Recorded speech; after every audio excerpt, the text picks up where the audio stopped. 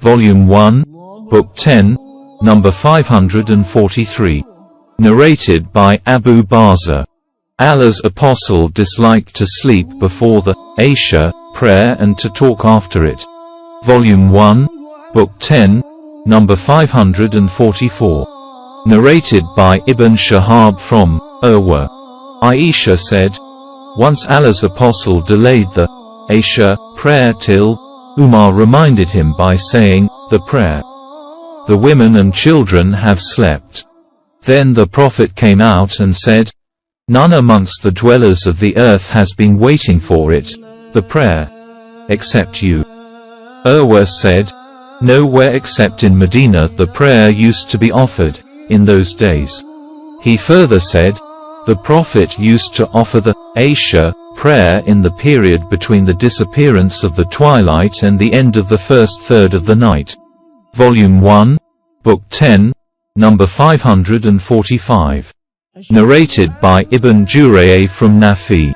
Abdullah bin Umar said, once Allah's apostle was busy, at the time of the Isha, so the prayer was delayed so much so that we slept and woke up and slept and woke up again. The Prophet came out and said, none amongst the dwellers of the earth, but you have been waiting for the prayer. Ibn Umar did not find any harm in praying it earlier or in delaying it unless he was afraid that sleep might overwhelm him and he might miss the prayer, and sometimes he used to sleep before the Isha prayer. Ibn Jurayj said, I said to Arta, I heard Ibn Abbas saying, once Allah's apostle delayed the Isha prayer to such an extent that the people slept and got up and slept again and got up again.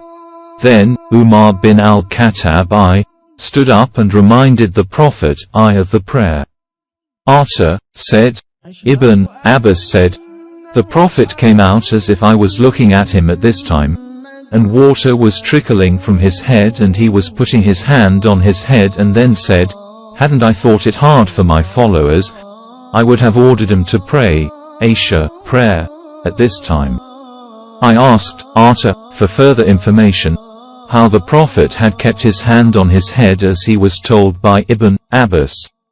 Arta separated his fingers slightly and put their tips on the side of the head, brought the fingers downwards approximating them till the thumb touched the lobe of the ear at the side of the temple and the beard on the face. He neither slowed nor hurried in this action, but he acted like that. The Prophet said, hadn't I thought it hard for my followers, I would have ordered them to pray at this time. Volume 1, Book 10, number 546. Narrated by Anas. The Prophet delayed Thelsha prayer till midnight and then he offered the prayer and said, the people prayed and slept, but you have been in prayer as long as you have been waiting for it, the prayer. Anas added, as if I am looking now at the glitter of the ring of the Prophet on that night. Volume 1, Book 10, number 547. Narrated by Jarrah bin Abdullah. We were with the Prophet on a full moon night. He looked at the moon and said, you will certainly see your Lord as you see this moon, and there will be no trouble in seeing him.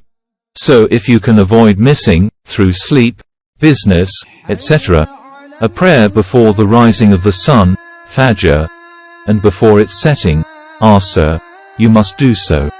He, the Prophet, then recited the following verse, and celebrate the praises of your Lord before the rising of the sun and before its setting.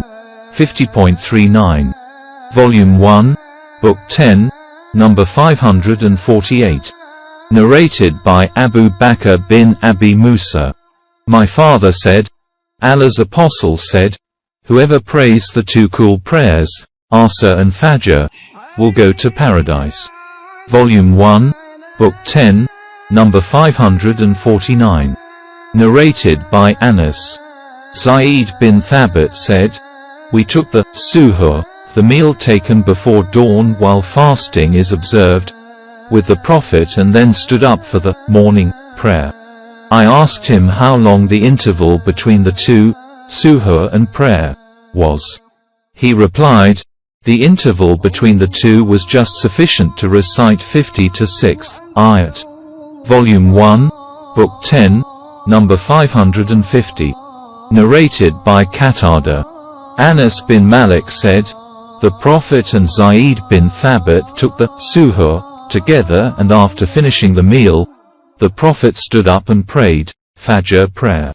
I asked Anas, how long was the interval between finishing the suhoor and starting the prayer?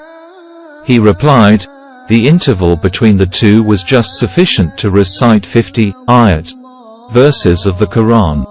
Volume 1, Book 10, number 551. Narrated by Sa'al bin Sa'd. I used to take the suhoor meal with my family and hastened so as to catch the Fajr morning prayer with Allah's Apostle. Volume 1, Book 10, number 552. Narrated by Aisha.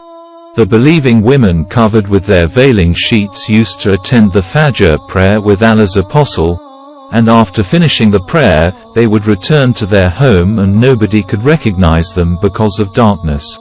Volume 1, Book 10, number 553. Narrated by Abu Hurairah. Allah's Apostle said, whoever could get 1 rak'ah of the Fajr prayer before sunrise, he has got the morning prayer, and whoever could get 1 rak'ah of the Asr prayer before sunset, he has got the Asr prayer. Volume 1, Book 10, number 554. Narrated by Abu Hurairah. Allah's Apostle said, whoever could get 1 rak'ah of a prayer in its proper time, he has got the prayer. Volume 1, Book 10, number 555. Narrated by Umar. The Prophet forbade praying after the Fajr prayer till the sun rises and after the Asr prayer till the sun sets. Volume 1, Book 10, number 556. Narrated by Ibn Abbas. Some people told me the same narration as above. Volume 1, Book 10, number 557. Narrated by Hisham's father. Ibn Umar said, Allah's Apostle said, do not pray at the time of sunrise and at the time of sunset. Ibn Umar said, Allah's Apostle said, if the edge of the sun appears above the horizon, delay the prayer till it becomes high, and if the edge of the sun disappears, delay the prayer till it sets, disappears completely. Volume 1, Book 10, number 558. Narrated by Abu Hurairah. Allah's Apostle forbade 2 kinds of sales, 2 kinds of dresses, and 2 prayers. He forbade offering prayers after the Fajr prayer till the rising of the sun and after the Asr prayer till its setting. He also forbade Ishtamal Asama and Al-Atiba in one garment in such a way that one's private parts are exposed towards the sky. He also forbade the sales called Munabada and Mulamasa. See Hadith number 354 and 355 Volume 3.